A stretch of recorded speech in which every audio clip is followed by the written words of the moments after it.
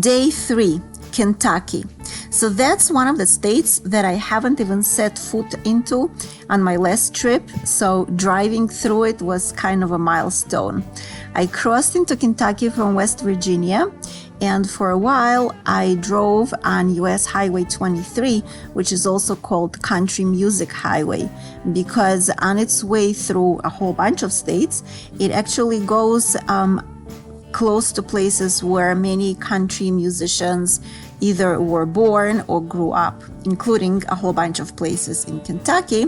And it takes you to Kentucky Country Music Museum, which is disguised as a gas station convenience store along Highway 23. And it has a whole bunch of very interesting country music memorabilia, guitars and costumes and all kinds of other things contributed by many well-known musicians. So for me, it was a very curious place to visit. And then continuing on through the beautiful rolling hills of Kentucky, and I have to say it is really beautiful, especially in the fall, towards my next destination, Red River Gorge State Park. It's actually one of the places that many people are wondering why it hasn't become a national park yet, because it is so unique and so beautiful. And you have to know that pretty much most of the state of Kentucky lies on huge deposits of limestone, and the state is literally riddled with caves and gorges. And in Red River Gorge Park, there is actually the biggest collection of limestone arches outside of Utah. But because it's not deserty, it's all beautiful forests, you don't get nearly the same look as you do, let's say, in the Arches National Park in Utah. So I did a whole bunch of very nice hiking trails. They are short and not challenging at all, with beautiful scenery and views all around.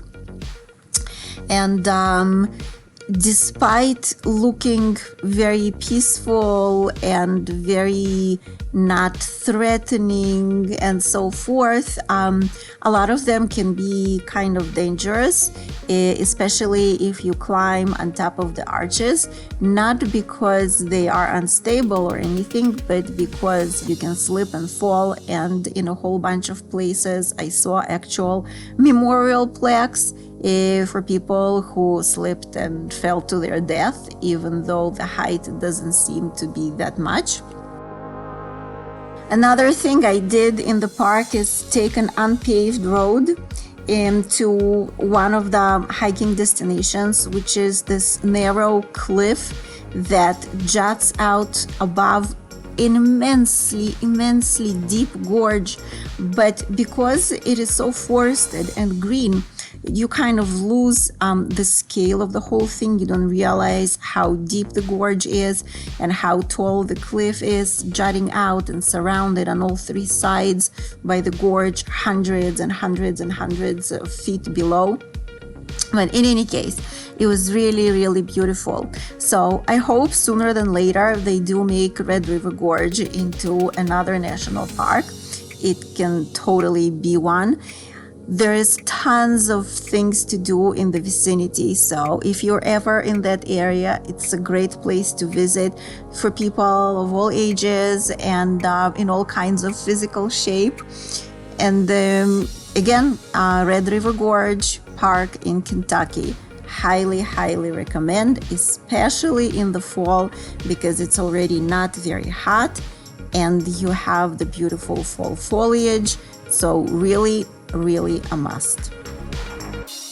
And moving onwards, going west again through the beautiful Kentucky to my next destination of the day, which you will never guess, Fort Knox.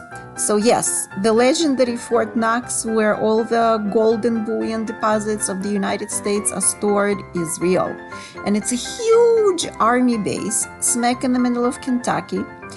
You can't really get, of course, to the place where the gold is stored. And you can't really get on the base, but the base hosts museum dedicated to General George Patton. It's not open on a Monday, so I got there and I parked at the gate leading up to the museum, and I took a few pictures to have proof that I was actually there, and that was it. That was as close as I got and as close as I will ever get to the gold reserve of the United States of America.